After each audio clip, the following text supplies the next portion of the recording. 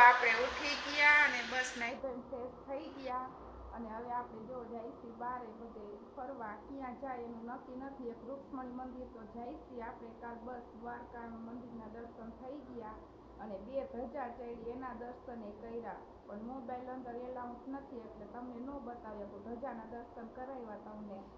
જો કાનો તૈયાર થઈ ગયો નહીં કાના? જાવીએ ને હવે. જો મારા મમ્મી તૈયાર થઈ ગયા નહીં મમ્મી? હા ઈનમાં બાપુની. હા જો આજ તો અહીંયા વાતાવરણ સારું છે, તમને બતાવું હું.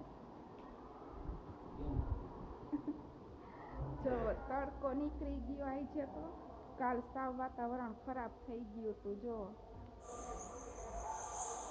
તડકો થઈ ગયો નથી. જો અહીંયા કામ ચાલુ છે.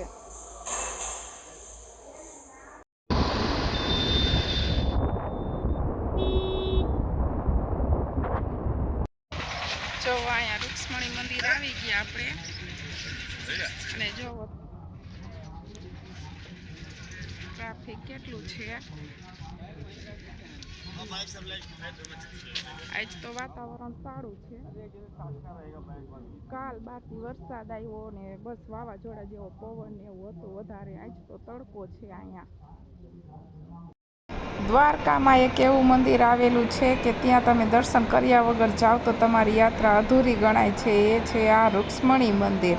અને અહીંયા જળનો પ્રસાદ આપવામાં આવે છે ને ભક્તો દાન પણ જળનું કરે છે. અહીંયા રૂક્ષ્મણી મંદિર આવીને મીઠા પાણીની પ્રસાદી લેવાની.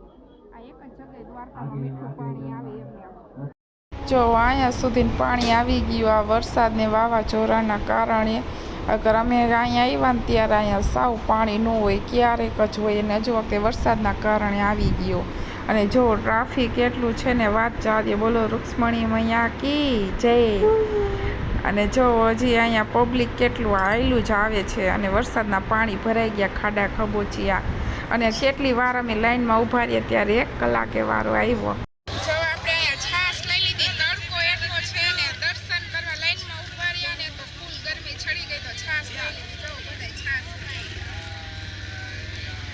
મહાદેવ ભોલિયા કરું તમારી સેવ, જટામાં વહે માત ગંગેવ પતિતને પાવન કરતી પાર્વતી ના પતિ ખોડલે. નાગેશ્વર જ્યોતિર્લિંગ આપણે પોગી ગયા અને બસ 12 જ્યોતિર્લિંગમાં એક મંદિર છે નાગેશ્વર મહાદેવ.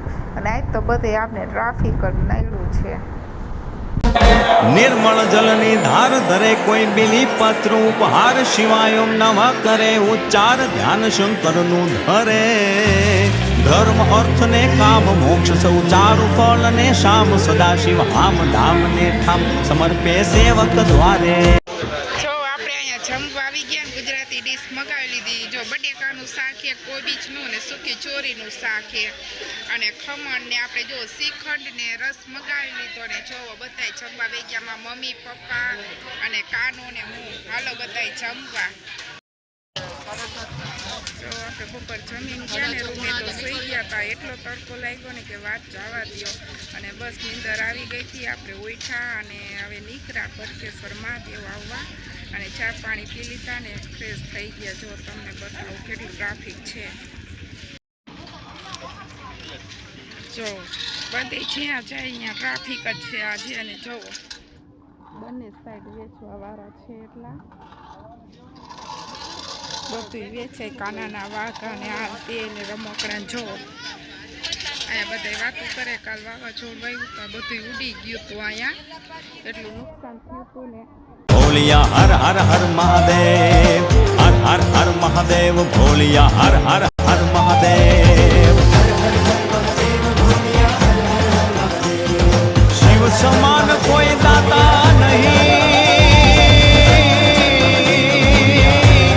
વિપત વિદાનો. અહીંયા પાછળ દરિયો આપણે બેસી ગયા. કેવી મજા આવે. જો કેવા મજા આવે. જો કેટલું પબ્લિક છે ને વાત જવા દો. ભટકેશ્વર મહાદેવે જોવો જો છે. જો કેવું મસ્ત વાતાવરણ છે. સનસેટ પોઈન્ટ જેવું. અમે અહીંયા બેઠા છીએ મસ્તીનો પવન આવીને વાત જાવ્યો ને પબ્લિક એટલું છે ને.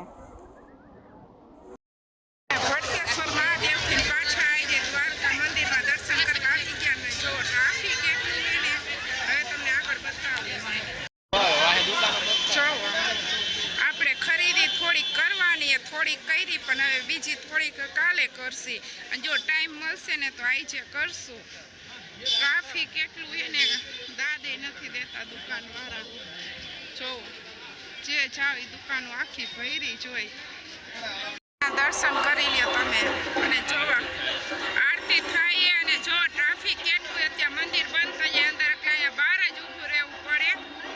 દુનિયાનું ટ્રાફિક છે. દ્વારકા ધજાના દર્શન કરી લ્યો. અમે અંદર દર્શન કરીને આવ્યા અને ટ્રાફિક એટલું હતું ને વાત જવા દો.